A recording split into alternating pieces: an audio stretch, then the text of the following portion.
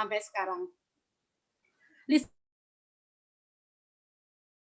dan sertifikat beliau, Certified Public Accountant of Indonesia, Register Negara Akuntan, Certified Professional Auditor of Indonesia, Akuntan Publik tingkat pemeriksa BPK, Chartered Akuntan dan Akuntan.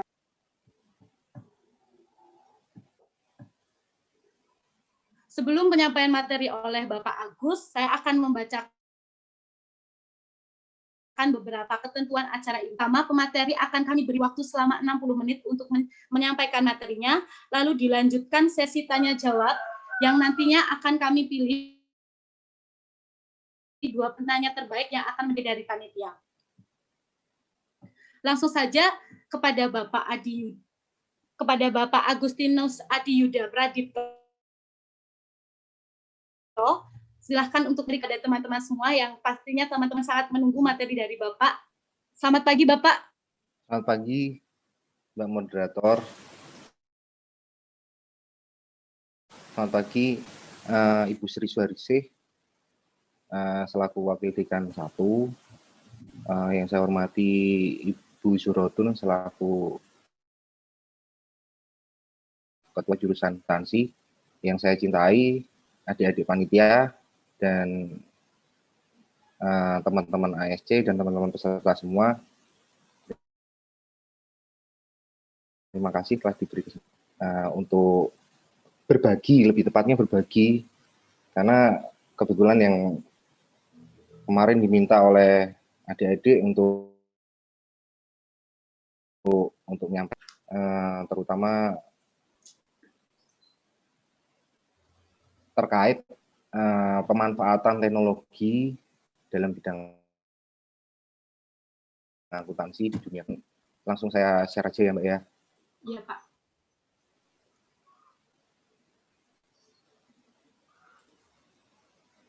Pada panitia silahkan materi pada hari ini. Ya, terima kasih.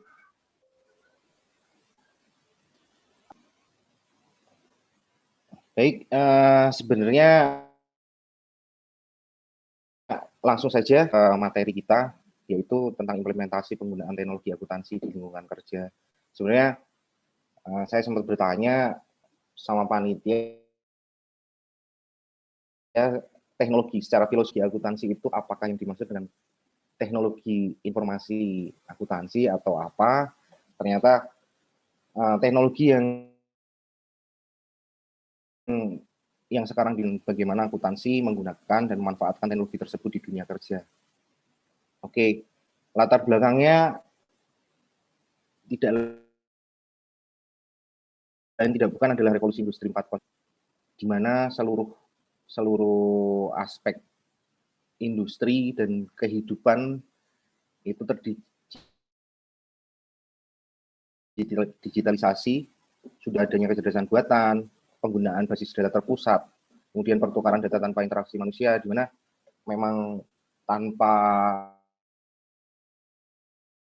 kita minta pun antar device itu sudah saling terhubung dan terkomunikasi. Kemudian cloud computing, di mana aplikasi sudah ada di server dan hanya dari sisi client side itu kita bisa langsung mengoperasikan yang ada di cloud computing. Kemudian cognitive computing, di mana perilaku yang kita gunakan, yang kita lakukan dalam teknologi itu akan dipelajari oleh komputer, kemudian itu akan diimplementasikan dalam penggunaan komputer selanjutnya,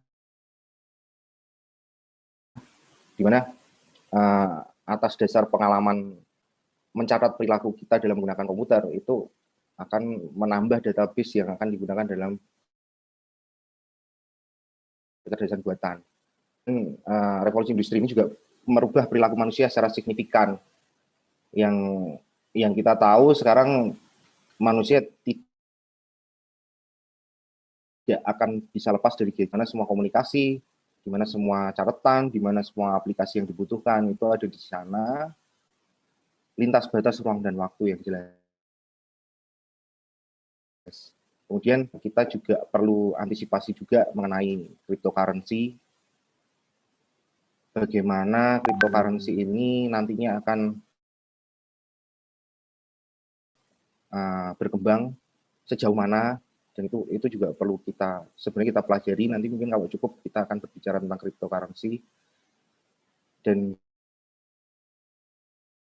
semua aspek dilakukan secara digital.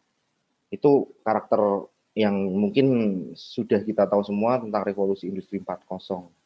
Dan dalam hal ini akuntansi bisa merespon, memanfaatkan teknologi tersebut semaksimal mungkin, karena tuntutan industri itu sendiri. Tuntutan untuk lebih cepat dan tepat waktu, kemudian lebih terkendali, karena dengan teknologi kontrol bisa dilakukan oleh aplikasi, lebih efisien dan efektif, itu jelas. Kemudian karena tuntutan industri itu sendiri, di mana transaksi harus cepat di capture oleh supporting unit, yaitu akuntansi itu sendiri, di mana informasi-informasi yang real time tadi digunakan keputusan dan analisis oleh stakeholder. Kemudian teknologi akuntansi juga meningkatkan akurasi secara kuantitatif. Kemudian laporan keuangan lebih akuntabel, karena penggunaan teknologi akuntansi terus terang dapat mempermudah proses audit. Jadi kalau konvensional banyak catatan yang terpisah, adanya teknologi akuntansi karena semuanya sudah soft copy, semuanya terdatabase, kita bisa melakukan audit melalui aplikasi yang digunakan, dan sangat banyak aplikasi yang sudah mendukung audit trail. Jadi audit trail itu semacam log dari aktivitas yang terjadi pada saat aplikasi tersebut digunakan. Jadi akan sangat mudah untuk melakukan deteksi dan men-tracing aktivitas-aktivitas yang ujungnya tercatat ke akuntansi. Kemudian paperless, karena sekarang setiap transaksi bukti dan apapun langsung bisa difoto dan dikirim ke server. Jadi bagian akuntansi saat ini tidak perlu mengelola dokumen hard copy yang cukup banyak seperti zaman dulu ya. Kemudian mempermudah pekerjaan dan meningkatkan performa pekerjaan yang berujung pada peningkatan pekerjaan. Kemudian dalam hal penggunaan teknologi akuntansi dalam perusahaan itu sendiri, saya menggunakan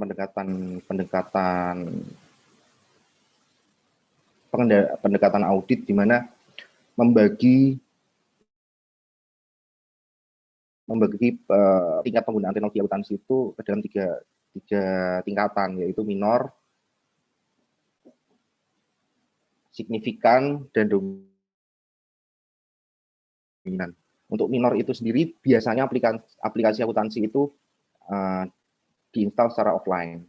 Artinya dari sebuah transaksi yang dilakukan oleh banyak unit lainnya, itu tidak terintegrasi, dan dia standalone di sebuah komputer milik staf akuntansi itu, di bagian akuntansi. Kemudian banyak jurnal yang masih dilakukan secara manual. Jadi setiap ada transaksi, staf akunting ini akan melakukan secara manual. Walaupun banyak juga yang sudah menerapkan aplikasi akuntansi ini by aktivitas, apakah itu purchasing, apakah itu selling, atau kas, atau biaya-biaya, itu sudah ada. Cuma banyak juga jurnal umum yang masih dilakukan melalui aplikasi akuntansi yang di tingkat minor ini. Kemudian tingkat pengendalian rendah, ya karena input itu dilakukan oleh staf akuntansi. Jadi staf akuntansi yang melakukan input, dia menerima dokumen dari unit lain, kemudian input ke aplikasi akuntansi.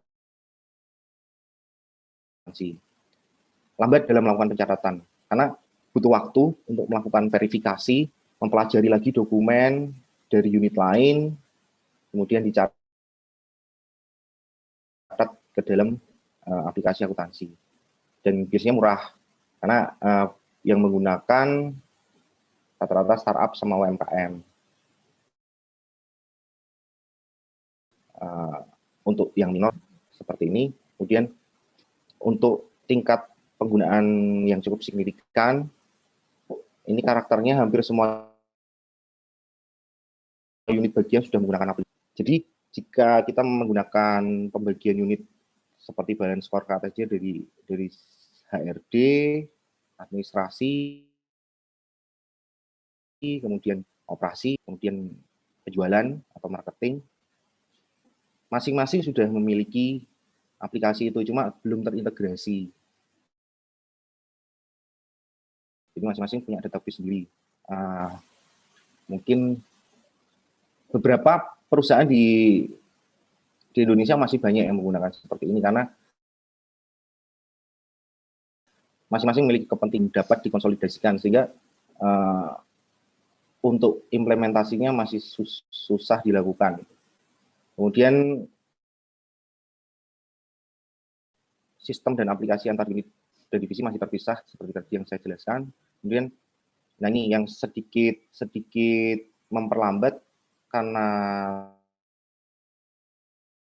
tiap unit itu tidak memiliki integrasi yang cukup dalam satu database, maka dia perlu melakukan rekonsiliasi. Dia akuntansi ini perlu rekonsiliasi dulu dengan unit lain dalam melakukan pencatatan.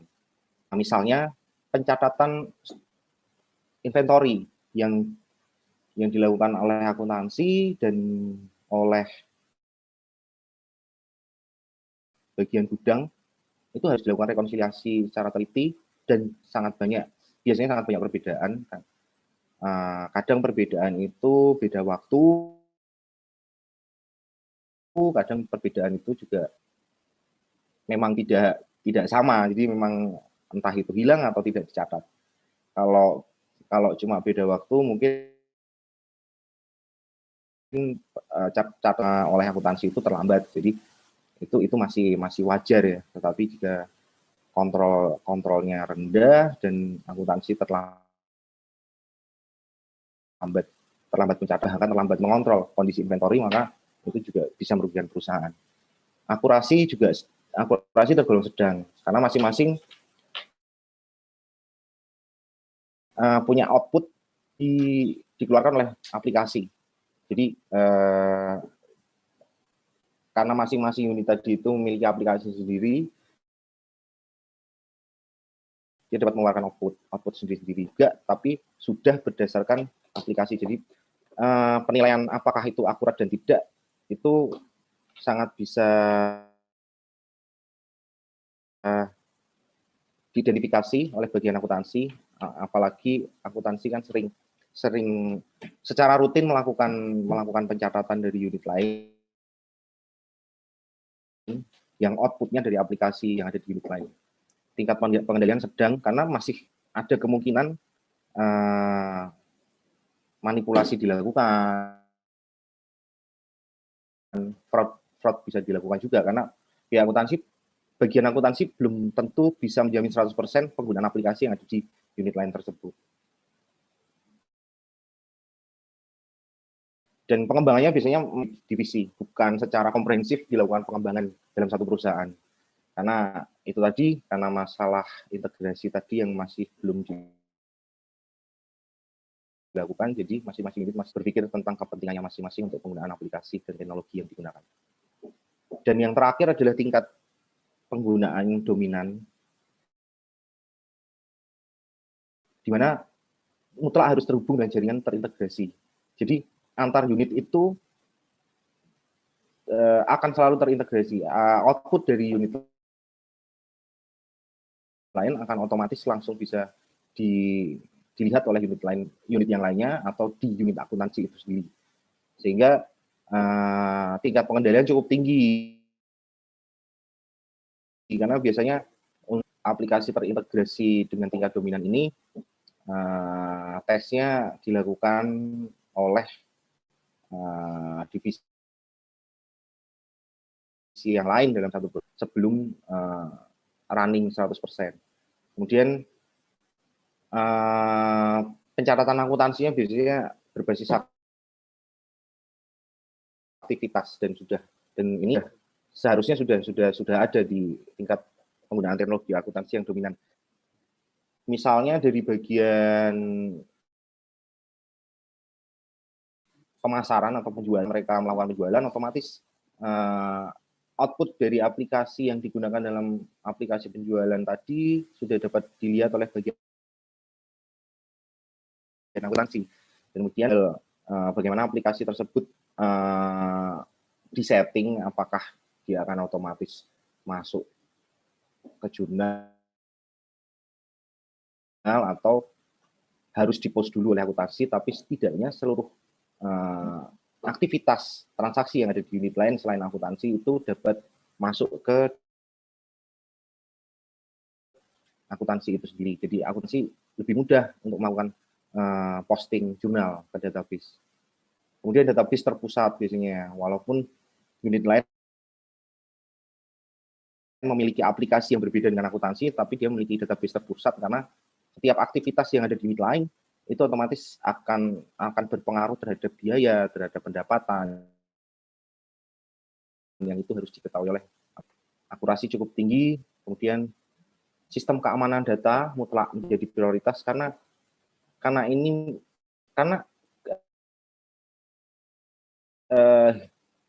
sangat bergantung sama aplikasi itu sendiri, sangat bergantung dengan database terpusat tadi. Jika database tadi rusak atau dihack atau mati, otomatis seluruh operasi dalam satu perusahaan tidak dapat berjalan, kecuali dia punya backup yang cukup ya untuk server itu. Biasanya backup tersebut disiapkan hanya untuk antisipasi dan nggak tiap hari akan backup otomatis gitu. Tapi itu pun teknologi akan berkembang terus, sehingga sistem database juga pasti akan berkembang dan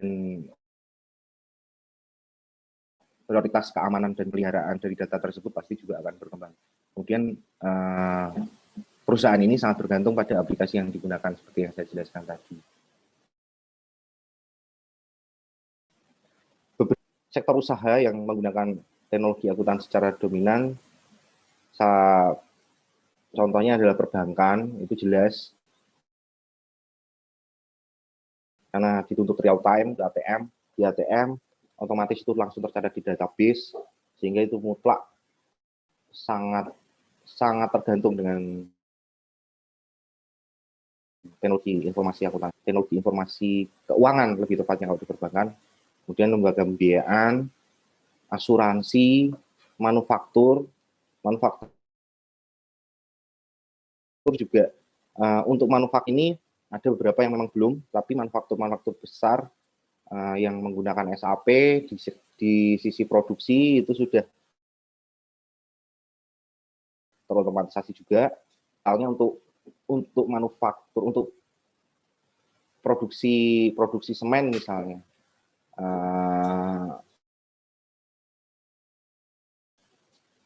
di sana mesin pencampur dan lain sebagainya sudah terpasang aplikasi yang bisa langsung menghitung berapa HPP yang digunakan dalam produksi, dalam satu satuan produksi yang mereka tentukan. Kemudian logistik, di bidang logistik juga ini mutlak digunakan karena mengandalkan kecepatan informasi tentang barang yang dikirim. Kemudian di bidang telekomunikasi jelas, karena itu adalah nadi dari infrastruktur teknologi itu sendiri, internet, jaringan, mereka ada di bidang telekomunikasi, kemudian pasar modal dan sekuritas juga memerlukan teknologi ini dan kemajuan teknologi ini secara cepat. Contohnya untuk sekuritas sendiri, masing-masing sekuritas sekarang untuk transaksi perdagangan juga memberikan aplikasi yang masing-masing nasabah itu langsung bisa membeli efek-efek yang dijual di sana. Jadi itu mutlak digunakan di pasar modal dan sekuritas. Kemudian perusahaan digital seperti fintech, marketplace, dan lain sebagainya mutlak juga menggunakan teknologi akuntansi yang cukup. Dan kemudian transportasi, kita tahu bersama untuk transportasi mungkin sebelum pandemi sangat terlihat ya penggunaan transportasi untuk tiket pesawat, tiket kereta itu cukup dari handphone dan semua transaksi sudah selesai di situ sampai ke cetak boarding pass pun untuk beberapa maskapai juga bisa dilakukan. Jadi sektor usaha yang dominan menerapkan ini sudah cukup banyak. Bagaimana akuntan dalam industri 4.0 ini? Tantangan, kita punya beberapa tantangan. Terus terang kemajuan teknologi juga perlu kita respon dengan baik. Yang pertama, digitalisasi intelijen itu mengambil alih kebutuhan sumber daya manusia yang ada dalam perusahaan, dan staf-staf akuntansi di mana pekerjaan seperti pencatatan, pengolahan data, dan pengklasifikasian itu dapat dilakukan oleh kecerdasan buatan, itu dapat mengancam profesi akun ke depannya. Kemudian pengembangan standar akuntansi juga dalam mengakomodasi industri digital juga masih lambat. Kita tahu sampai sekarang baru terdapat 2 standar yang mengatur aset digital, yaitu PSHK 19, aset tak berwujud, dan sana cukup umum banget pengaturan aset tak berwujud yang mengarah ke aset-aset digital. Kemudian ISA 14, aset tak berwujud biaya situs web. Hanya 2 itu yang mengatur spesifik dan bisa kita jadikan rujukan dalam menilai aset digital. Kemudian standar yang mengatur akuntansi, valuasi bisnis digital, dan proses-proses bisnis digital yang lain yang cukup kompleks belum terakomodasi juga di sana. Jadi standar akuntansi juga punya PR besar juga dalam menghadapi perkembangan teknologi saat ini. Karena terus terang standar belum memberikan guidance yang cukup untuk mencatat itu semua, meng-capture itu semua ke dalam laporan keuangan. Kemudian proses bisnis berubah secara radikal. Ya, pemasaran itu melalui toko-toko offline, mall, dan lain sebagainya. Sekarang sudah ada marketplace seperti Tokopedia, Bukalapak, kemudian Jakarta Notebook, dan yang itu sangat merubah kebiasaan kita dalam mengkonsumsi sesuatu. Kemudian fintech ini juga membuat kita tidak perlu lagi memikirkan kita buat duit berapa, asal untuk yang payment gateway ini misalnya, kita bawa handphone, kita langsung bisa bayar di sana. Kemudian untuk fintech yang seperti peer-to-peer lending juga, kita juga sekarang mendapatkan pinjaman hanya melalui handphone Android, tapi juga untuk peer-to-peer lending ini juga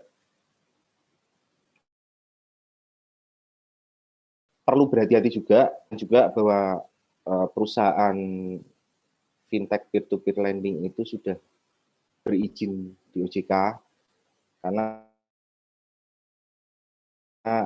untuk yang sangat banyak keluhannya di masyarakat karena perlakuan yang tidak menyenangkan dari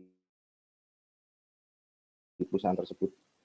Yang lainnya lagi, untuk fintech ini ada crowdfunding misalnya kayak kitabisa.com dan sebagainya, itu juga merubah perilaku kebiasaan kita gitu. Kemudian pengembangan dan pembuatan usaha baru yang sangat berbeda dari usaha-usaha konvensional sebelumnya. Itu juga seperti Gojek dan Grab itu juga salah satu yang sangat merubah 100% cara berpikir kita tentang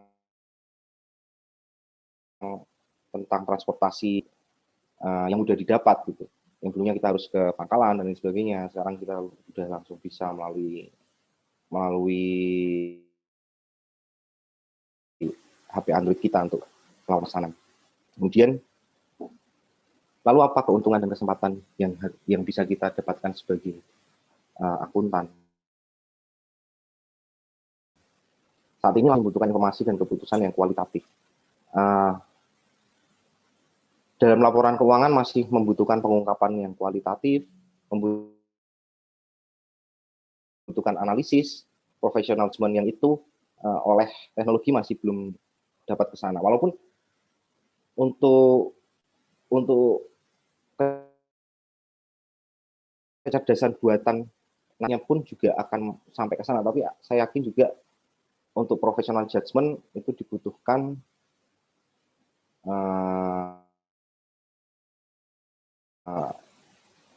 campur tangan ya untuk melakukan itu.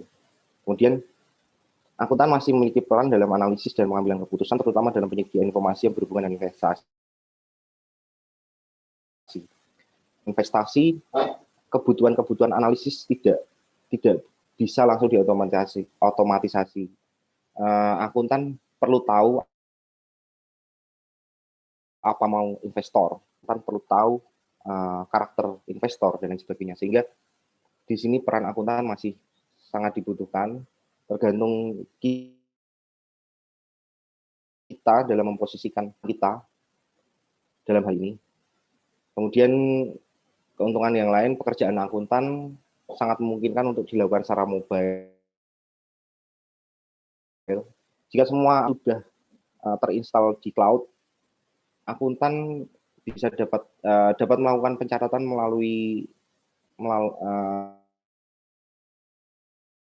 berada di mana saja. Prakteknya ketika kita punya klien, saya punya klien dan klien tersebut sudah menggunakan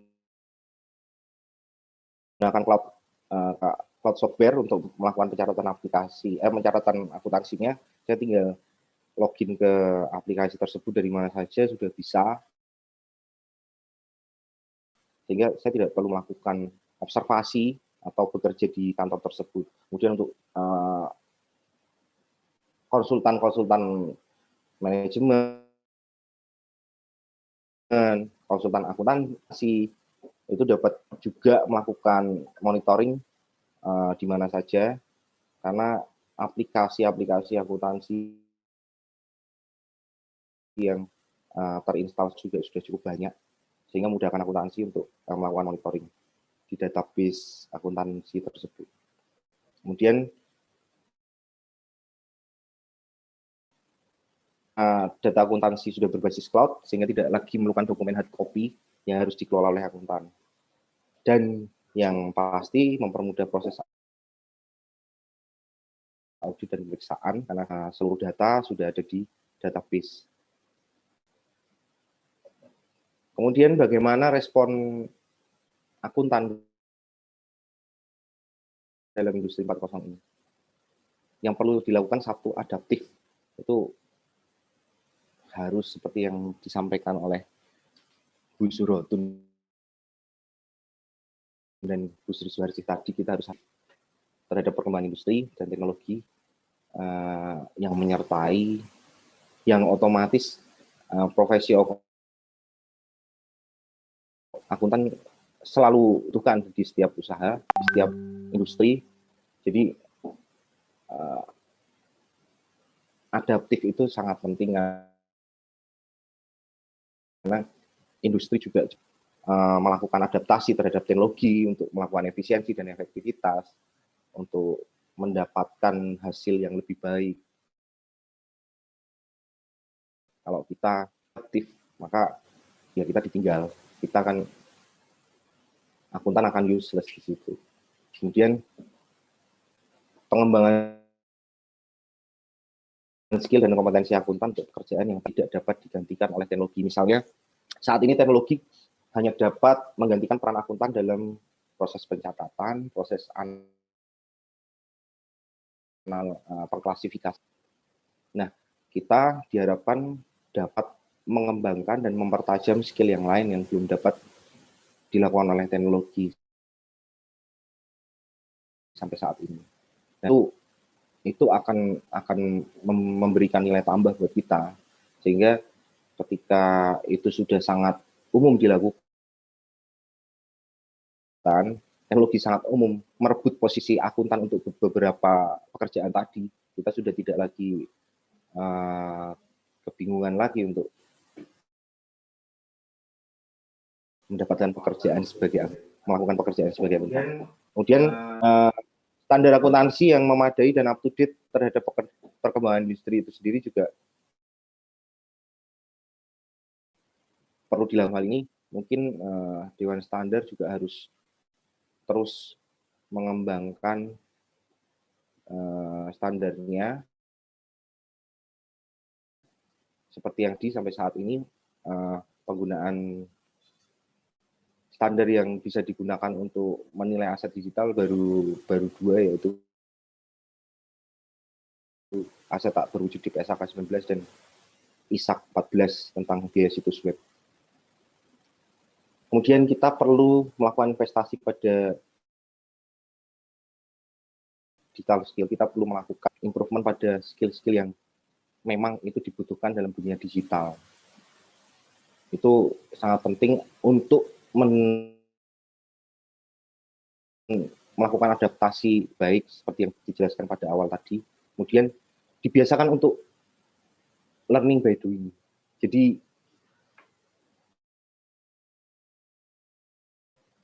tidak perlu harus ikut training dan lain sebagainya, tapi cobalah untuk belajar dari sebuah, misalnya kita sudah pegang aplikasi di laptop kita dan kita belajar aplikasi tersebut tanpa harus training. Manfaatkan di situ selalu ada manual accounting, manual aplikasi yang pada aplikasi-aplikasi yang terkenal itu biasanya menyediakan fasilitas help di mana semua fitur dapat kita pelajari. Jadi kebiasaan-kebiasaan seperti itu harus dilakukan agar kita tidak terlambat dalam beradaptasi dengan teknologi baru. Kemudian mendorong, ini mungkin pesan buat Bu Surotun juga, untuk mendorong institusi pendidikan akuntansi membuat kurikulum yang lebih relevan terhadap perkembangan digital yang terjadi, sehingga mahasiswa cukupnya dalam menghadapi perkembangan yang akan dihadapi. Kemudian yang terakhir,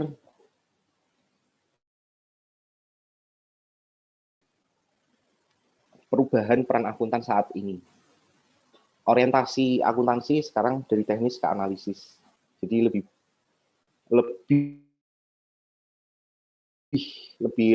banyak melakukan latihan-latihan untuk melakukan analisis, karena untuk teknis nanti akan dihandle semua oleh teknologi. Jurnal perlu tahu ini jurnalnya apa, itu perlu tahu, tetapi nanti itu akan terotomatisasi karena di aplikasi itu tinggal disetting. Untuk jurnal penjualan pasti jurnalnya nanti akan piutang, kemudian untuk HPP-nya nanti akan seperti apa juga, apakah dia bawa periodik atau perpetual, itu bisa disetting, sehingga teknik pencatatan akuntansi akan tidak banyak digunakan sehubungan fungsi kita sebagai akuntan, sehingga banyaklah untuk berlatih dalam melakukan analisis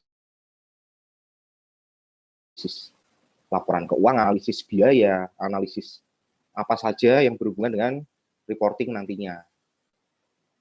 Analisis fraud misalnya, itu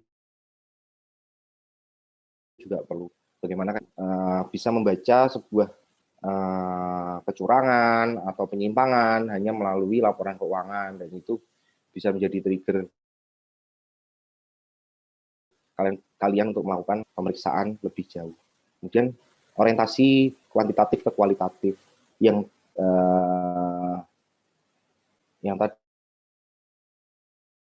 tadinya hanya melakukan interpretasi angka-angka, kemudian sekarang harus banyak narasi dan ungkapan, kemudian bagaimana melakukan identifikasi lebih cermat dan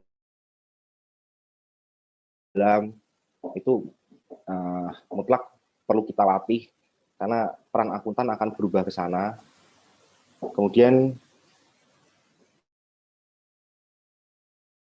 akuntan akan banyak berperan sebagai tenaga ahli, penasihat dan partner bisnis dari pelaku usaha itu sendiri, karena pelaku usaha juga butuh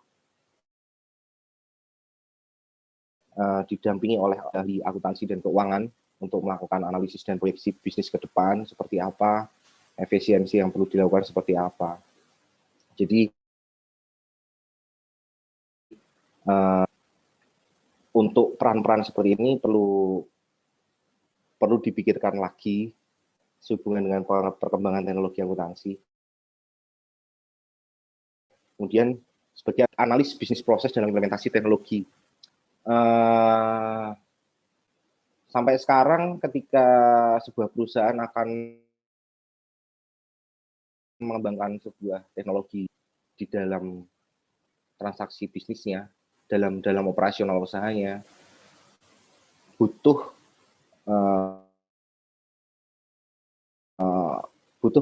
antara yang mengerti tentang pemrograman dan aplikasi itu sendiri, penggunaan aplikasi itu sendiri. Misalnya untuk aplikasi akuntansi, programmer kadang belum tentu tahu bagaimana akuntansi tersebut berjalan dan dibutuhkan secara aktual oleh perusahaan itu. Belum tentu programmer tahu kebutuhan detail yang perlu dibuat oleh programmer dalam sebuah aplikasi. Jadi programmer biasanya hanya tahu core-nya, kemudian untuk fitur-fiturnya mereka belum tentu paham gitu. Dan disinilah peran akuntan menjembatani itu agar aplikasi tersebut bisa digunakan di perusahaan. Biasanya jika analis bisnis ini nggak paham, pengembangan aplikasi itu akan butuh waktu yang lama. Kadang malah nggak bisa digunakan karena pada prakteknya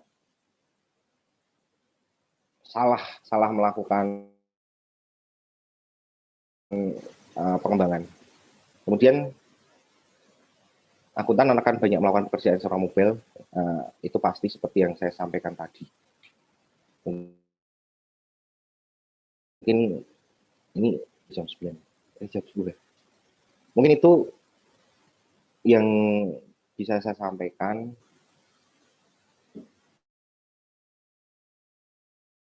Jika ada pertanyaan, mungkin ada teman-teman di sini yang udah kerja, bapak-bapak yang udah kerja, ibu-ibu yang udah kerja, mau berbagi pengalaman penggunaan teknologi informasi pekerjaan kepada teman-teman mahasiswa di sini, dipersilahkan. Mbak.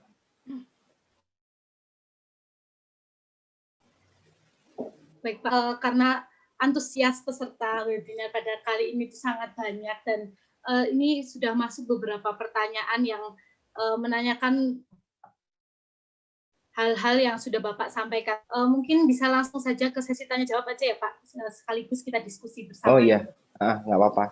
Kita sharing aja. Karena mungkin untuk perusahaan-perusahaan lain ada yang mungkin bisa dibagi pengalamannya yang sudah bekerja, jadi teman-teman mahasiswa biar punya gambaran juga. Ya, Ini yang pertama dari Sabri dari instansi OJK. Bagaimana menilai bahwa suatu laporan keuangan itu sudah menggambarkan kondisi perusahaan, khususnya untuk perusahaan berbasis teknologi, jika aset tak berwujudnya lebih besar dari aset berwujudnya.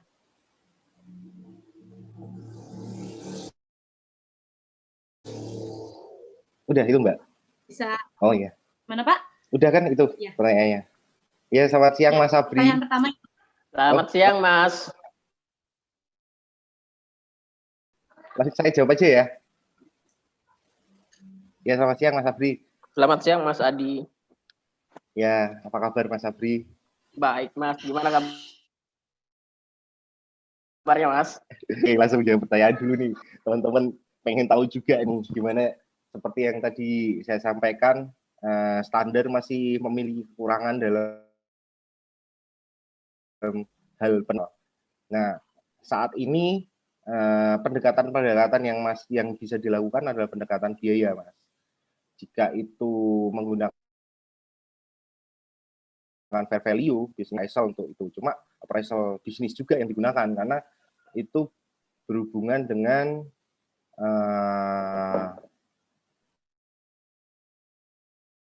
seperti ini, Mas. Misalnya aja ketika Gojek melakukan promo besar-besaran, itu kan mereka burning money ya, dan ya, betul. Dan itu dikapitalisasi juga sangat sayang ketika itu langsung dibiayakan gitu. Nah, kadang jika kita menggunakan pendekatan biaya juga rasanya kok kadang kita butuh juga profesi-profesi penilai bisnis untuk melakukan penilaian seperti itu. Cuma sekali lagi belum ada kita menggunakan pendekatan yang paling tepat. Dalam hal ini lihat konteksnya di perusahaan tersebut, Mas. Gitu. Moderator boleh ya? Boleh sekalian diskusi boleh ya? Ya. Boleh, silahkan. Ya, itu kan kalau kita lihat dari prosesnya Mas ya, saat misalnya penyusunan atas laporan, memang yang akan dilihat bagaimana misalnya macam tadi saat dilakukan promo burning money tadi itu ya. Dengan metode biaya atau menjadi persoalan sudah disajikan dalam satu bentuk laporan keuangan. Itu kan tadi adalah proses awal dari pencatatannya yang menjadi pertanyaan. Kemudian sebenarnya bagaimana melihat laporan sajikan ini reliable, akuntabel, dan sudah menggambarkan kondisi dari perusahaan. Karena kalau menurut saya, kalau seperti macam Gojek itu, kalau dilihat dari nilai bisnisnya pun, itu sudah ratusan triliun mungkin kalau dilihat dari nilai bisnisnya saat ini. Tapi kalau dilihat laporan keuangannya, saya yakin saat ini pasti berdarah-darah rugi. Beberapa tahun mereka bakar uang terus untuk promo dan semuanya. Artinya saat kita melihat seperti itu dari laporan keuangan, laporan keuangan tidak menggambarkan secara real bagaimana nilai atas suatu bisnis, tapi memang hanya menggambarkan atas pencatatan yang dilakukan atas real barangnya, tapi tidak menyentuh aspek tak berwujudnya seperti tadi, seperti nilai bisnis yang tidak dinilai. Kemudian kan persoalan selanjutnya bagaimana menghitung impairment PSAK 48 terkait dengan penurunan atas nilai atas aset tak berwujud. Kalau yang berwujud kan ada indikasi penurunan yang bisa dilihat, nilai tercatat sama nilai pasarnya lebih tinggi nilai tercatat, nilai berarti kan terjadi penurunan. Tapi kalau seperti itu tidak bisa dilihat nilai, menurut saya tidak bisa dilihat nilai adjustasi untuk penurunannya. Nah, sebagai auditor misalnya kembali tadi saat sudah tersaji laporan keuangan yang sudah disusun manajemen, kan harus dilihat juga nih Mas. Bagaimana pertanyaannya kemudian bagaimana meningkatkan intuisi atau nilai analitis dari seorang auditor itu bahwa melihat gejala apakah ini sudah betul atau sebenarnya sejauh mana sih peran appraisal atau biasa dibilang penilai bisnis atas menilai kewajaran atas suatu nilai bisnis ya, suatu misalnya aset tak berwujud tersebut. Padahal kalau dilihat dari PSAK sendiri, kita punya PSAK 68 yang punya aset untuk menilai aset wajar, ada klasifikasi di situ. Apakah dia tersedia, apakah dia perlu observasi, dan menurut saya kan akuntan sendiri pun bisa melihat nilai wajarnya, tapi tetap harus ada, kalau dilihat di sini ketergantungan atas penilai bisnis pun jadinya menjadi tinggi nilai untuk teman-teman nantinya yang masih mahasiswa akuntansi ini, nilai yang harus selain tantangannya dengan, kalau dengan orang IT mereka nggak paham teknologi tapi nggak tahu dengan problem, bagaimana dengan nantinya misalnya teman-teman yang dengan penilai bisnis, dengan ya, supaya nilai atas diri sendiri atau nilai mahasiswa akuntansi ini lebih baik nantinya, gitu Mas. Ya, ya Mas, benar banget Mas. Memang ini standar perlu mengembangkan masalah, perlu menyamakan cara melakukan penilaian aset digital Mas, karena sangat tricky sekali ya. Seperti Gojek itu sangat bisa juga dia bangkrut dan aset digital tersebut sama sekali tidak ada value-nya ketika itu terjadi gitu. Dan karakter industri digital memang seperti itu. Ketika dia naik cepat, turun juga cepat, dan kita tidak bisa memprediksi itu sama sekali. Kecuali memang cukup bisa diandalkan ya. Kayak misalnya karena Gojek cuma ada Gojek sama Grab, sehingga sudah pasti mereka akan memilih itu. Ketika itu berbasis member yang mungkin ekosistemnya loyalitasnya lemah. Nah, apakah member juga dihitung juga sebagai aset digital? Karena untuk mendapatkan member pun juga mereka juga burning money juga, Mas.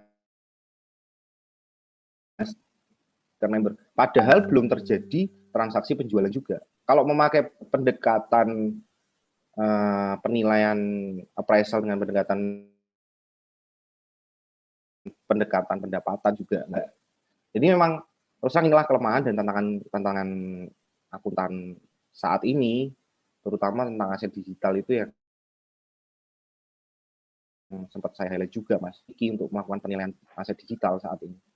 Gitu Mas Abri, mungkin yang bisa saya sampaikan. Itu juga masih jadi PR sampai saat ini. Ya, betul Mas. Satu lagi mungkin perkembangan pendidikan akuntansi saat ini kan lebih banyak pengalaman kita saat kita sekolah, saat saya kuliah, saya kebetulan kuliah juga di UPN veteran angkatan 2003. Kampus selalu yang ada adalah mengajarkan bagaimana menjadi akuntan untuk perusahaan manufaktur. Sebenarnya itu basis pendidikan yang dilakukan saat ini. Kenyataannya kan memang seperti itu. Dengan realisasi perkembangan teknologi dan proses bisnis yang dipercepat dengan dampak corona ini kan mempercepat proses bisnis yang seharusnya belum sampai dengan teknologi yang seperti sekarang ini, mempercepat. Dari Mas Adi sendiri ada masukan nggak untuk teman-teman di akuntansi sebagai value added, untuk nilai tambah bagi mereka pribadi sendiri, untuk kalau memang mereka tertarik untuk, kalau saya pribadi sih sendiri nggak menyarankan untuk jadi akuntan ya, itu hal yang itu ya itulah. Tapi bagaimana sih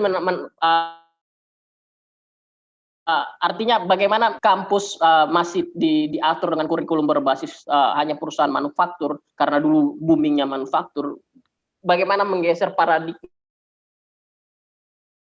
mahasiswa bahwa dapat ini sebenarnya masih kurang, tapi lewat klub accounting atau apapun itu, bagaimana supaya itu digalakkan? Mas Adi sendiri menyarankan seperti apa? Sebenarnya sudah saya sampaikan di slide terakhir Mas. Cuma memang yang belum tercatat di sana adalah dikembangkan jiwa entrepreneur. Itu penting. Jiwa entrepreneur itu, bahkan jika memang peran akuntan itu sendiri sebagai penasehat dan bisnis partner, di situ juga communication skill kita sebagai entrepreneur butuhkan, Mas. Itu saran saya sih. Jadi memang tantangannya banyak, tapi kita nggak boleh pesimis juga. Gimana cara karena ilmu yang kita dapat ini dan memposisikan kita dalam kondisi digital saat ini. Ininya seperti itu. Ya mau juga. Nah, ini PR para pendidik juga sih sebenarnya untuk mengatasi hal ini. Karena ketika kita udah lulus, kita udah mikirnya udah bukan lagi tentang akuntansi aja, tapi gimana caranya kita punya value added setelah lulus gitu kan. Jadi ya ini tetap jadi PR tetepan. Makanya kita harus serius masalah ini juga. Itu Mas Afri. Ya. Saya juga kebingungan nih kalau menyangkut mahasiswa. Terus terang saran saya tetap yang tadi itu arah untuk tetap jadi entrepreneur, entrepreneur kan nggak harus murtad di luar akuntansi gitu loh. Nggak harus menyimpan. Kita tetap bisa menggunakan skill accounting kita gitu di situ sebagai analis, sebagai apapun di situ. Itu Mas Afri. Mungkin ada tambahan Mas. Kalau enak Mas, nggak ada istilah bangkrut soalnya. Ya, saya bukan diskusi Mas ya. Artinya seperti karena sama-sama alumni dari UPN, saya pikir kita yang alumni mungkin harusnya punya nilai tambah tersendiri untuk melihat adik-adik di jurusan, utamanya di jurusan kita. Yang kedua, kalau singgung regulator, beberapa saya kebetulan saya berkecimpung juga dengan laporan keuangan. Pengalaman yang saya dapat, kalau bisa berbagi share pengalaman, seberapapun teknologi canggihnya, teknologi jam terbang dari akuntan itu sendiri pun akan mempengaruhi. Jadi itu didapat dari mana ya, dari lewat diskusi, utamanya lewat pekerjaan, bagaimana seringnya kita membuka laporan keuangan, bagaimana mendeteksi dari hanya sekadar melihat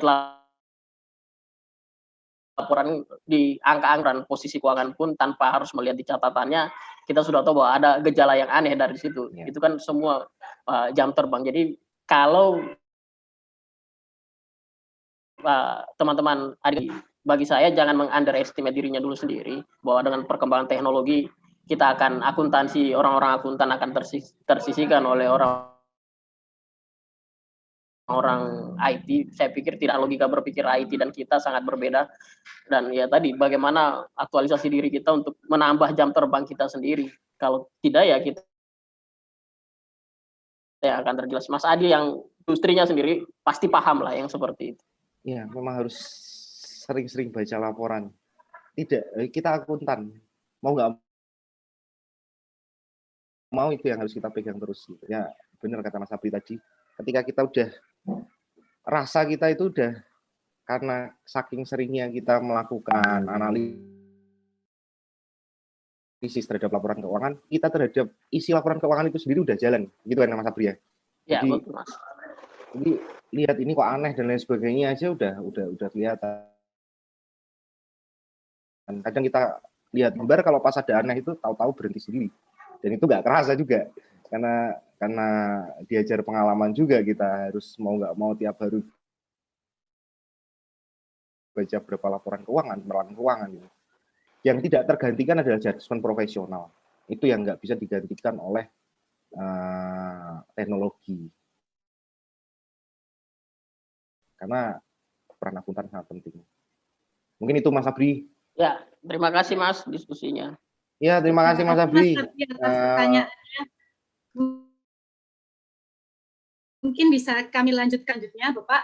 Ya, yang silakan. Kedua ada pertanyaan dari Bapak Hendriawan dari Inspektorat Kabupaten Sukamara, yang ingin melihat adalah teknologi atau aplikasi apa yang dapat mudah digunakan berkenaan dengan teknologi akuntansi, khususnya audit, karena banyaknya keterbatasan yaitu di Kabupaten Sukamara. Ya, Ini kalau di terima kasih Pak, Pak siapa tadi Pak? Pak Hendriawan Pak dari Pak Inspektorat Hendriawan. Kabupaten Sukamara. Ya kalau di sektor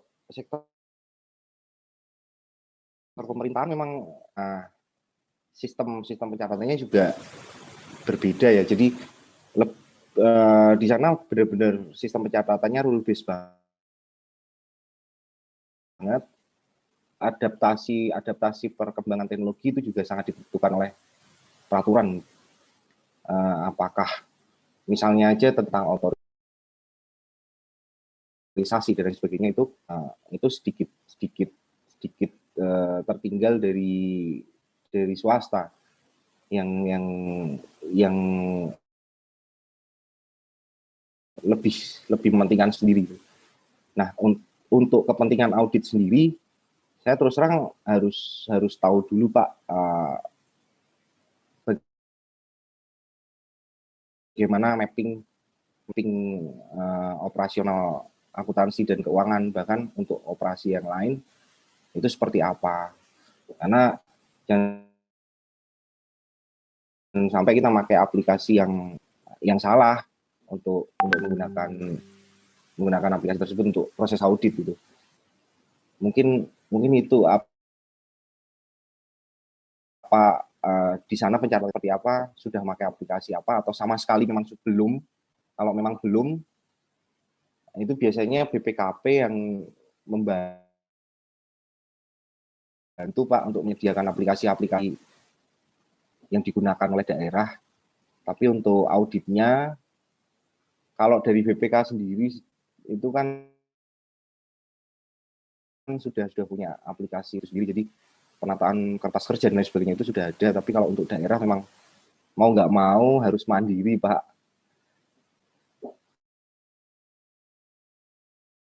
Mungkin saya juga belum paham mapping yang ada di Sukamara Pak, jadi saya belum bisa menjawab 100%.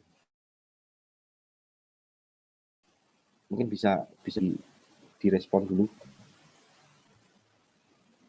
Silakan Pak Hendriawan apabila ingin merespon dari Bapak Agus. Terima kasih Pak. Terima kasih Pak Adi. Ya, kami memang kebetulan praktisi audit di daerah, jadi lembaga kami Inspektorat Daerah. Memang untuk audit, makanya kami tanya, soalnya kami keterbatasan mungkin teknologi, habis itu SDM dan lain-lainnya Pak, untuk kami melakukan audit supaya bisa berbasis teknologi. Jadi kami bisa lebih cepat, lebih akun, seperti kata Pak Adi juga, professional judgment pasti tetap yang berperan sangat penting. Oke, mungkin terima kasih Pak pencerahannya. Dan mungkin nanti juga saya mau diskusi sama pimpinan, sama pengambil keputusan untuk bagaimana caranya kira-kira audit yang dilakukan bisa dibantu dengan teknologi. Terima kasih Pak. Ya, terima kasih Pak. Ya, mungkin kalau daerah nanti bisa BPKP sih yang biasanya membantu menyediakan tools terkait audit sih Pak. Saya juga tahu kalau untuk daerah memakai aplikasi apa, karena saya belum sempat melakukan audit daerah walaupun tersertifikasi BPK Pak. Belum sempat melakukan praktek untuk melakukan audit di nama BPK. Begitu Pak Endriansyah, terima kasih Pak. Sharingnya bisa berguna untuk teman-teman yang lain. Mungkin ada lagi Mbak moderator. Sama Pak. Ya, terima kasih. Ini ada lagi dari Talia dari Universitas Bina Nusantara. Pertanyaannya adalah, dengan kemajuan teknologi terutama dalam perpajakan, apakah hal tersebut dapat mengakuntansi perpajakan? Karena masyarakat sudah dapat mengakses cara dan mengirim pajak secara online. Karena kan kita tahu sendiri bahwa sistem pajak online itu kan sudah gampang diakses gitu kan Pak. Apakah dengan kemajuan ini tuh bisa menyebabkan merugikan lulusan akuntansi gitu Pak? Enggak. Langsung saya jawab ya. Enggak Mbak. Laporan pajak kita self assessment dan pendampingan kepatuhan perpajakan oleh WP itu masih kan, maka akuntansi pajak tetap berguna, Mbak. Karena walaupun sekarang antar NPWP itu sudah kawin, sudah bisa dimonitor, misalnya bukti potong sekarang udah elektronik, PPN juga kita nggak bisa main-main kayak dulu. Tetapi sekali lagi pendampingan pajak itu selalu dibutuhkan oleh perusahaan, karena itu disiplin yang berbeda, bukan berbeda secara akuntansi, tetapi kebutuhan yang ada di perusahaan. Tapi atas adanya teknologi itu mempermudah pekerjaan akuntan pajak, gitu, Mbak. Itu mungkin jangan berkecil hati, Pak, karena akuntan perpajakan ya masih tetap digunakan, karena itu hanya membantu kita, tapi kita tetap terjun langsung dalam akuntan perpajakan. Iya, jadi di situ tetap kepake kalau akuntan pajak. Walaupun mungkin kebutuhannya nggak sebanyak dulu ya, karena kalau dulu untuk nangani satu akuntan pajak dalam 1 bulan hanya bisa nanganin 10 gitu ya. Sekarang karena teknologi udah maju, mungkin akuntan pajak 1 bulan bisa nangani 50, sehingga kebutuhan akuntan pajak juga semakin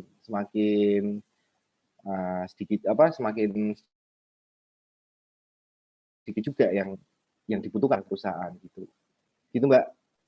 Ya baik Pak, terima kasih. Ya sama-sama Mbak. Terima kasih. Selanjutnya ada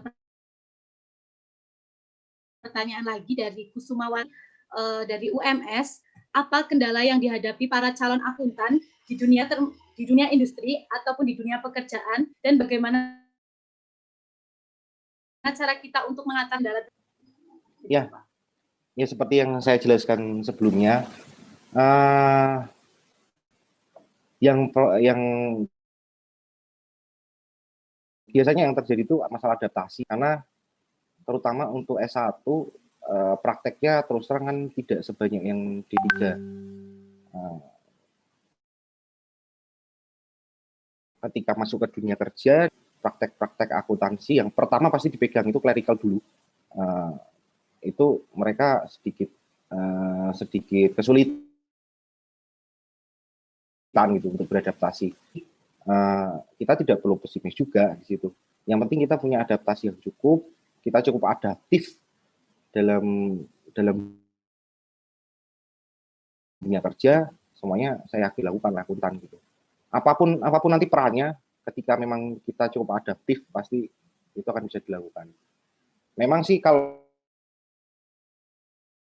kita terjun ke perusahaan besar, kita nggak bisa seperti di perusahaan kecil ya. Akuntan itu di perusahaan kecil pegang A sampai Z, pegang jurnal pembelian sama biaya-biaya yang lain gitu. Tapi kalau di perusahaan besar, paling akuntan disuruh pegang salah satu bagian aja, misalnya bagian AP, bagian utang, bagian purchasing aja, atau bagian penjualan aja, sehingga pengetahuan tentang akuntansi secara keseluruhan juga sangat minim ketika lulusan langsung masuk di perusahaan besar gitu. Jadi itu juga perlu dipikirkan dalam strategi mendapatkan pengalaman kalian sebagai mahasiswa ya. Apakah perlu masuk ke kantor akuntan publik dulu atau seperti apa? Kemudian nanti ketika sudah kalian punya bargaining yang cukup, pengalaman yang cukup, kalian punya posisi tawar dan tahu bagaimana cara menghargai diri kalian, baru kalian masuk ke perusahaan-perusahaan yang lain atau seperti apa, itu strategi kalian dalam menata pengalaman kalian ke depan. Gitu mungkin. Baik, terima kasih Pak. Selanjutnya ada pertanyaan lagi dari Rita Universitas. Tadi disampaikan kalau terdapat tantangan di kebutuhan SDM di perusahaan. Jadi menurunnya kebutuhan SDM di perusahaan. Nah, bagaimana cara untuk meningkatkan kualitas, apakah hanya dengan menempuh pendidikan formal dan mendapatkan sertifikat itu bisa mendapatkan nilai plus untuk bidang pekerjaan sebagai akuntan? Emang, langsung bisa saya jawab, Mbak? Ya Pak, silahkan. Jadi memang teknologi nanti akan untuk fungsi-fungsi tertentu aja, peran akuntan misalnya dalam hal pencatatan, pengklasifikasian, identifikasi yang sifatnya sudah terprogram, itu sangat bisa digantikan oleh teknologi gitu. Nah, bagaimana kita meningkatkan value kita gitu. Salah satunya adalah tadi yang seperti saya sampaikan adalah memfokuskan kemampuan kita untuk pekerjaan yang lain di bidang saya. Misalnya tadi clerical sudah sangat bisa digantikan oleh teknologi. Mungkin kita pertajam analisis kita, karena nanti yang akan dibutuhkan adalah value kita di analisis kita untuk bidang akuntansi. Kemudian sertifikat tadi juga penting juga, tetapi pilih sertifikat yang memang berguna bagi teman-teman sekalian, karena strateginya seperti apa. Jangan semua sertifikasi diambil, nanti malah bingung sendiri. Tapi ada baiknya juga seperti itu, maksudnya ketika kita mau terjun ke sawah, kita sedia semua peralatannya, gitu juga nggak masalah. Cuma pertimbangan juga dengan waktu dan strategi mendapatkan pengalaman kalian, apakah saya mengambil sertifikasi dulu atau mendapatkan pengalaman terlebih dahulu, itu mungkin itu yang perlu dipikirkan juga gitu. Jadi banyak Mbak yang bisa ketika teknologi mengambil peran akuntansi, mengambil peran akuntan untuk pekerjaan tertentu, kita bisa memfokuskan pada pekerjaan yang lain. Gitu Mbak. Mungkin ada responnya, nggak apa-apa. Mungkin dari Mbak Novita akan memberikan respon.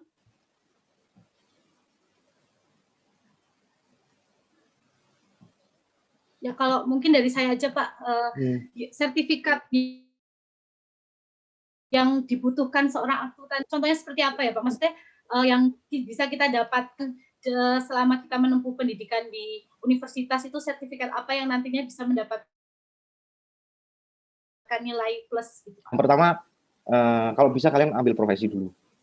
Ambil profesi akuntansi dan dapatkan CA dulu, karena dengan CA setidaknya kalian punya akses untuk lintas negara dulu gitu, diakui dulu.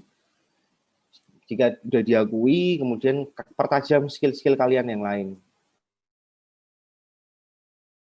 Misalnya kalian pengen fokus berpendidik atau pengen fokus sebagai akuntan pajak, pertajam skill-skill kalian di bidang itu. Untuk pekerjaan clerical mungkin nanti sering analisis itu akan terlatih dengan sendirinya kok. Gitu. Jadi saran saya untuk di awal sebagai akuntan, ya ambil dulu chartered accountant dulu. Itu menurut saya perlu dilakukan, karena itu menunjukkan komitmen kita dulu sebagai akuntan profesional gitu. Gitu Mbak. Baik, terima kasih Pak.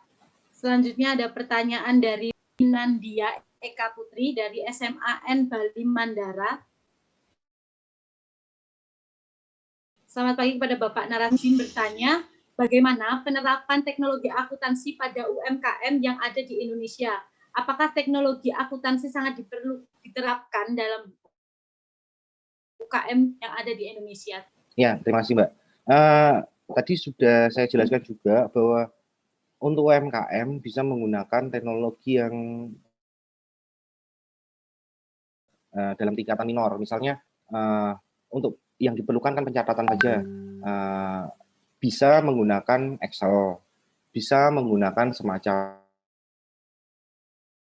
Zahir, jurnal.id, atau Accurate.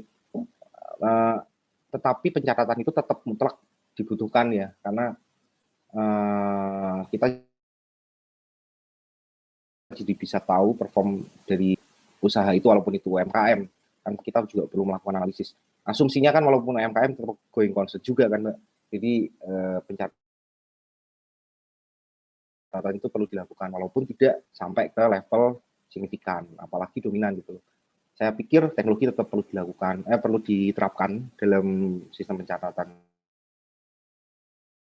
akuntansinya. Berarti gitu, tetap perlu diterapkan gitu ya Pak, tapi menggunakan ya, yang minor tadi ya. Ya, walaupun seperlunya aja, yang penting nanti bisa menyusun lapangan, bisa digunakan untuk laporkan SPT, jadi kita comply juga gitu. Ya, resource kita bisa alihkan untuk kepentingan operasi, resource accounting kita bisa limpahkan ke aplikasi, tapi juga nggak perlu butuh banyak juga untuk memaintain itu. Nah, soalnya nanti kalau teknologi sama sekali nggak diterapkan, nanti bagian akuntansi itu akan lebih sibuk untuk melakukan pencatatan daripada analisis biaya, misalnya analisis penjualan misalnya, dan informasi itu malah tidak akan disadari oleh akuntan itu sendiri. Kalau akuntan itu malah lebih sibuk melakukan pencatatan tanpa menggunakan aplikasi untuk membantu mereka. Gitu Mbak.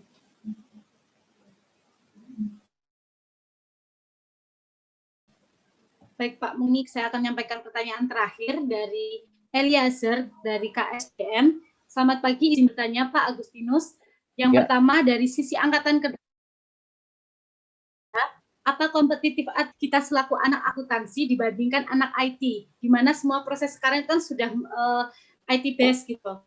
Terus yang kedua, bagaimana contoh kasus penerapan audit dari JAP yang Bapak di JAP Bapak, di mana sekarang di masa pandemi terdapat kesulitan untuk dapat bepergian untuk misalnya opna. Terima kasih. Ya, terima kasih. Ini dengan Mas Mas atau Mbak ya? Eliezer. Eliezer Mikael. Mas. Ya, Mas. Mas Pak. Oh, Mas Eliezer. Mas dari Kementerian SDM di Direktorat mana Mas? Di Intel Pak izin Pak. Oh, di Sekjen yang kemarin ini ya Pak, apa? Di biro berarti ya? Ya. Yang kemarin di pukul masa Pak. Anak buahnya Bu Upi ya? Oh siap Pak, Bu Upi di kepegawaian ya Pak ya? Iya, kepegawaian sama ini kan, Mas Wawan juga kan? Oh siap, betul Pak. Iya Mas, masalah akuntansi dan IT itu baik lagi sih kalau karena saya sudah sebagai akuntan ya porsinya sendiri Mas. Tapi kalau sebagai calon mahasiswa yang akan memilih jurusan, pasti pertimbangannya masalah waktu. Berapa tahun lagi lulus, berapa tahun lagi itu yang akan berkembang. Itu yang pasti akan jadi pertimbangan saya ketika saya akan mengambil jurusan itu. Tapi ketika Mas Eliezer menanya saat ini, itu ada porsinya sendiri karena pada dasarnya IT pun tidak dapat menyusun aplikasi tanpa bantuan masing-masing unit yang masing-masing expertise yang ada di unit masing-masing yang mau dibuat aplikasi tadi gitu. Itu yang pertama. Ngeresponnya setelah selesai Mas ya. Terus masalah audit jarak jauh, memang ini pandemi ini kemarin pada awal-awal pandemi kita sempat ngirim surat juga kepada semua klien, terutama mengenai teknis audit. Memang ini juga jadi isu yang cukup menyita perhatian juga di IAPI, terutama di awal-awal pandemi, masalah kas opna, masalah observasi yang dilakukan, kemudian karena pandemi keterbatasan mulai naik, kemudian kompromi-kompromi apa yang bisa atau prosedur alternatif apa yang bisa diterima untuk proses audit ya. Sebenarnya nggak masalah Mas, kita masih bisa menggunakan teknologi juga, kayak misalnya untuk stok opnam kita bisa pakai drone, kita bisa pakai video untuk mendampingi mereka, video conference, kemudian untuk lokasi-lokasi stok apa inventory susah bisa pakai drone. Untuk stok untuk Kasopnam sendiri kita bisa pakai video conference juga. Jadi kita dari jauh keuangan juga melakukan perhitungan dan kita mendampingi di situ. Tetapi itu bisa kita lakukan secara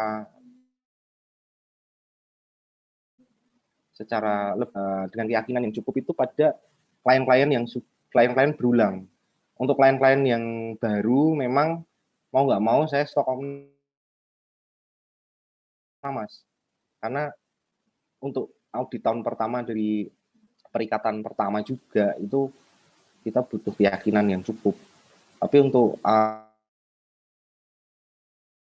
klien-klien yang berulang, yang kemarin kita udah lakukan stok opnam dan lain sebagainya, kemudian kita udah tahu komunikasinya baik dan lain sebagainya, prosedur alternatif yang saya sebutkan tadi bisa kita lakukan gitu. Dan untuk stok opnam sendiri kan kita bisa melakukan analisis lewat movement. Jadi selalu ada selisih itu pasti, tapi yang kita kejar dalam kondisi ini adalah kewajaran dulu gitu. Ya, dengan penilaian tingkat materialitas yang sudah cukup dan lain sebagainya, saya rasa itu dapat mentolerir pekerjaan audit di masa pandemi seperti ini. Gitu Mas Eliezer. Bagaimana Mas Eliezer? Apakah ada tanggapan dari? Ya Pak Agustinus, terima kasih Pak untuk yang apa kemarin saya juga pernah sambil WFH ini kan juga beberapa kali ikut webinar. Memang ada katanya sih Pak ya, peminat akuntansi ini jurusan akuntansi berkurang katanya Pak. Makanya saya butuh pencerahan juga nih dari Pak Agustinus. Terus kedua, ide bagus juga Pak. Kalau pakai drone, terus terang kalau kami di kementerian, kalau saya kan sebagai konsolidasi laporan keuangan satu kementerian gitu Pak. Itu kalau sih Pak. Cuma kalau yang stok opnam memang kita kayak video call ngasih lihat gudang paling seperti itu sih. Kalau drone nih bagus juga Pak, idenya dilakukan. Iya, apalagi kalau Terima kasih Pak. Iya, di ESDM kan banyak visit-visit yang ini kan, yang memang lokasinya kayak Ya, lokasinya kan sedikit kesusun, itu bisa pakai drone. Siapa. Untuk kayak misalnya apa ya? Ya ini mau RB ini pasti pendampingannya menghadapi Menpan. Jadi pasti masing-masing unit juga lagi ini juga. Ya mungkin itu Mas. Oke, yang ide drone kayaknya seru juga sih Pak, sekalian main drone gitu. Ya. Iya benar. Terima kasih Pak Agustinus dan Bu moderator. SDM juga punya. SDM sekarang lagi ini ya Mas ya, lagi gencar sertifikasi CRMO.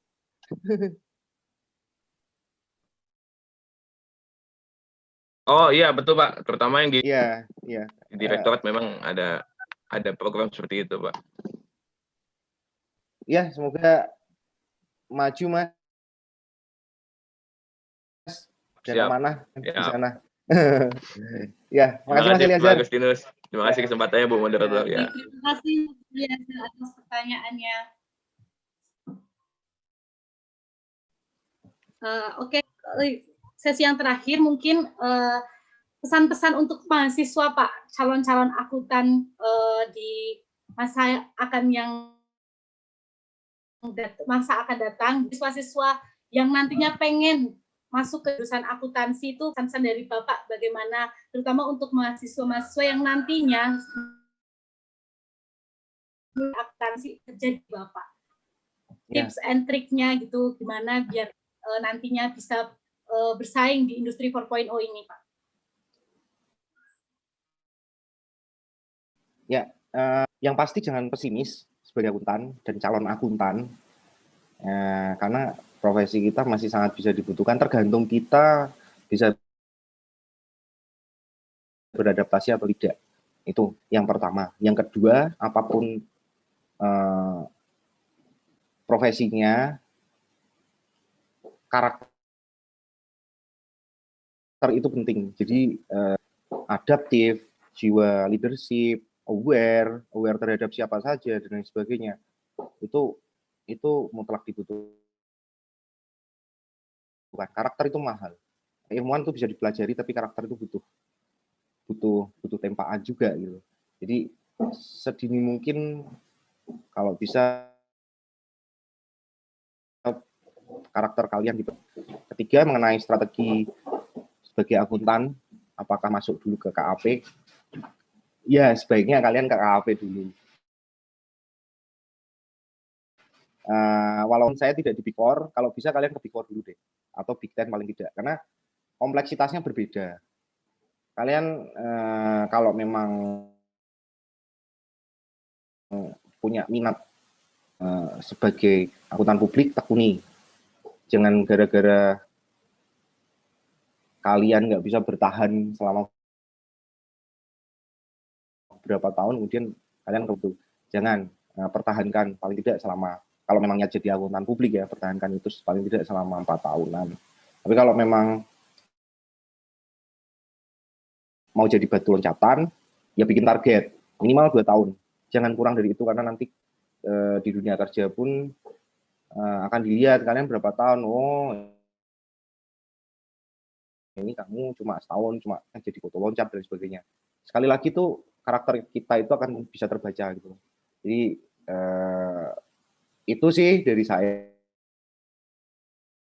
Ya, kalau memang minat jadi akuntan publik, masuk di akuntan publik dan bertahanlah di sana, karena posisinya bakal enak itu setelah kalian jadi ketua tim, supervisor gitu loh. Tapi selama masih jadi auditor ya masih diajar terus tiap hari gitu. Dan itu kalau kalian nggak punya passion, biasanya kalian nggak akan bisa bertahan lama. Itu kalau masuk ke perusahaan, ya minimal selama 2 tahun itu kalian manfaatkan untuk benar-benar mempelajari dari A sampai Z di kantor akuntan publik. Gitu. Jadi saya tiga hal tadi yang mungkin teman-teman bisa perhatikan. Gitu Mbak Moderator. Mungkin ada lagi. Pak, terima kasih. Saya kira untuk sesi tanya jawab kami cukupkan sampai di sini. Kesimpulan pada hari ini itu seiring dengan perkembangan teknologi, sebagai akuntan kita tidak boleh berkecil hati, tapi kita harus adaptif, di mana kita harus merespon perkembangan itu sehingga kita tuh bisa mengikuti perkembangan zaman. Dan profesi akuntan sudah tergeser seiring perkembangan zaman dengan terbentuknya karakter kita untuk memperkuat kita sebagai akuntan. Untuk yang terakhir, akan ada sesi foto bersama. Itu untuk para peserta, silahkan menghidupkan kameranya untuk dokumentasi pada hari ini.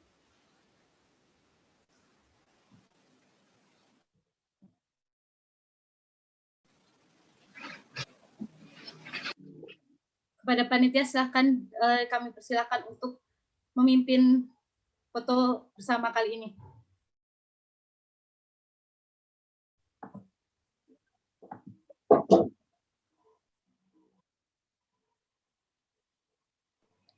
Oke, saya hitung ya untuk foto bersamanya. 1, 2, 3. Lagi. 1, 2, 3. Lagi ya.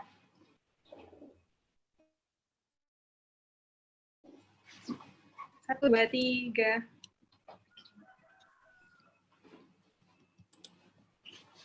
Oke, mungkin satu lagi terakhir. 1, 2, 3. Baik, terima kasih. Ya, terima kasih pada panitia. Terima kasih juga kepada Bapak Agus yang telah memberikan materi yang sangat luar biasa kepada kami seluruh peserta yang membuat kita semakin bersemangat menjadi akuntan, tidak pesimis tentunya dengan seiring perkembangan teknologi. Terima kasih Bapak, semoga apa yang kita dapat pada hari ini bisa bermanfaat bagi kita semua. Demikian sesi materi dari saya selaku moderator. Apabila ada kurang lebihnya kami mohon maaf. Acara kami serahkan kepada MC. Terima kasih. Wassalamualaikum warahmatullahi wabarakatuh. Terima kasih kembali moderator.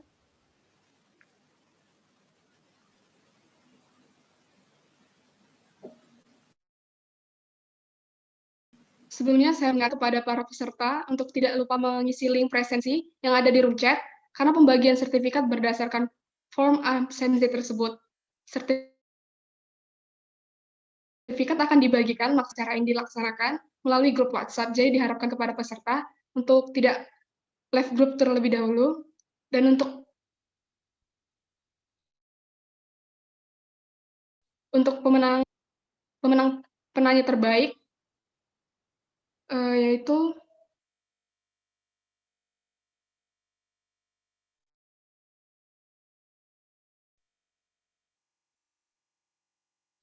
Novita dan Putu Pande. Novita dari UAD dan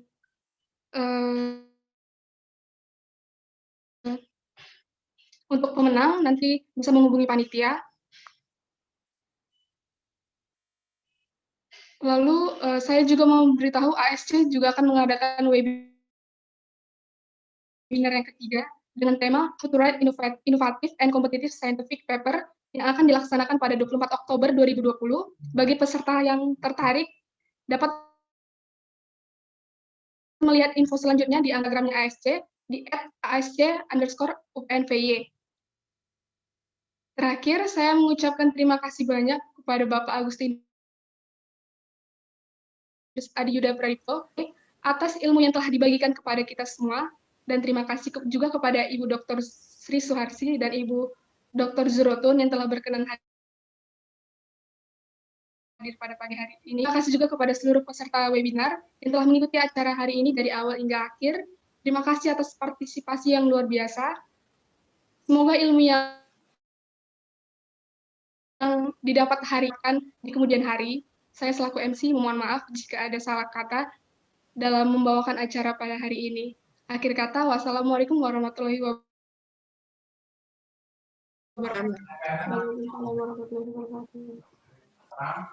Waalaikumsalam warahmatullahi wabarakatuh. Terima kasih Bapak Ibu. Terima kasih Bapak Ibu. Sama-sama.